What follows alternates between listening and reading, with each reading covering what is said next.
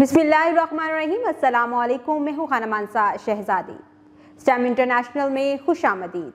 प्यारे बच्चों, हम उर्दू की किताब बराए जमात चहारम पढ़ रहे हैं और आज हम इसका सबक नंबर 17 पढ़ेंगे। तो चले आए चलते हैं अपने सबक की तरफ। सबक नंबर 17, ऐ मेरे देश के बच्चों। नज़्म। निसाबी मौजू वतनियत, हासिलात ताल्लुम।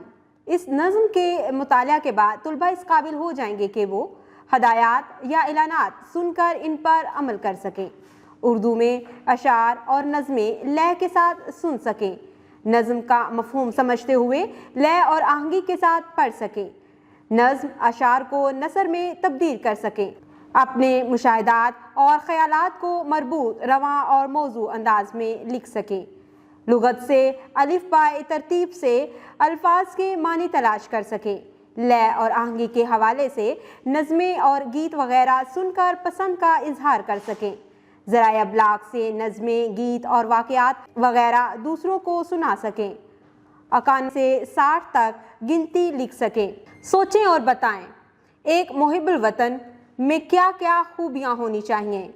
डॉक्टर अल्लामा मोहम्मद इकबाल रहमतुल्लाह अलैह ने बरे सगीर के मुसलमानों के लिए कौन सा ख्वाब देखा?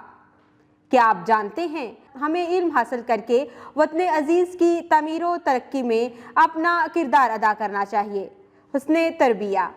हमारा प्यारा वतन पाकिस्तान हमारी पहचान है। हम दुनिया के किसी भी खित्ते में चले जाएं, हमारी पहचान इसी से है और हम पाकिस्तानी ही कहलाएंगे। वतन की मोहब्बत इस बात का तकाज़ा करती है कि पहले हम खुद को संवारें, फिर अपनी जिम्मेदारियों को समझें और इन्हें पूरा करें। रंग व नस्ल, मज़हब व इलाके से बालातर होकर एक कौम होने और एक कौम बनने के लिए मेहनत और कोशिश करें। इसके अलावा जब भी इस वतन को कुर्बानी की ज़रूरत हो तो कभी भी पीछे ना हटें। अगर हम तालिब इल्म हैं तो अहद करें कि खूब मेहनत से तालीम हासिल करेंगे और अपनी सलाहियतों का भरपूर इस्तेमाल करके इस मुल्क को बुलंदियों तक पहुंचाएंगे। अल्लाह से दुआ है कि अल्लाह ताला हमारे वतन को सलामत रखे और हर मैदान में कामयाबी से हमकनार करे। ऐ मेरे देश के बच्चों। नज़्म। खास अल्फाज तलफ़ुज़। शाहीन, कारवां, बाजू, इकबाल, दुआ, भरोसा।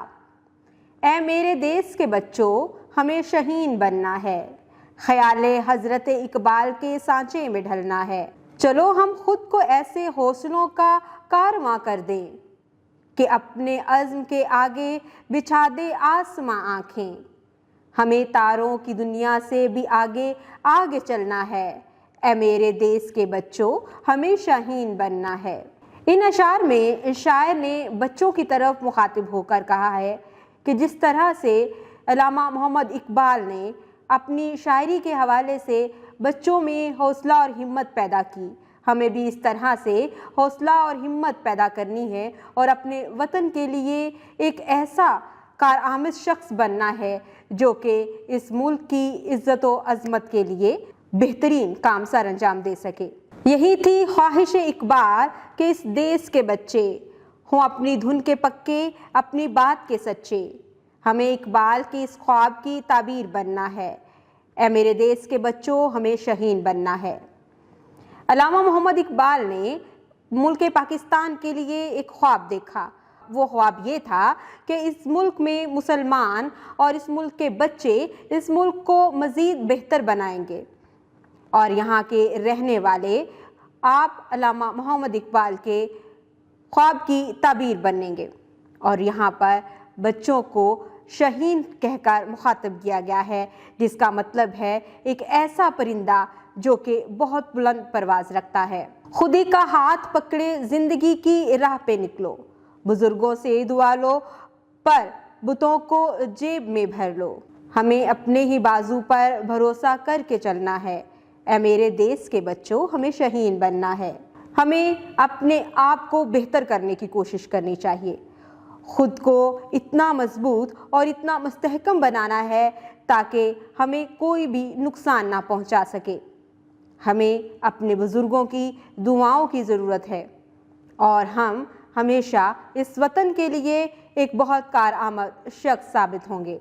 रुकें और बताएं, डॉक्टर अल्लामा मोहम्मद इकबाल का पसंदीदा परिंदा कौन सा था? हमने यहाँ पर पढ़ा शाहीन। पर्वतों को जेब में भरने से शायर की क्या मुराद है? पर्वतों का मतलब होता है बहुत बुलंद चोटी वाले पहाड़। हमने जाना और सीखा, बच्चे कौम का सरमाया हैं और हमें बच्चों की अच्छे कामों में हौसला अफजाई करनी है।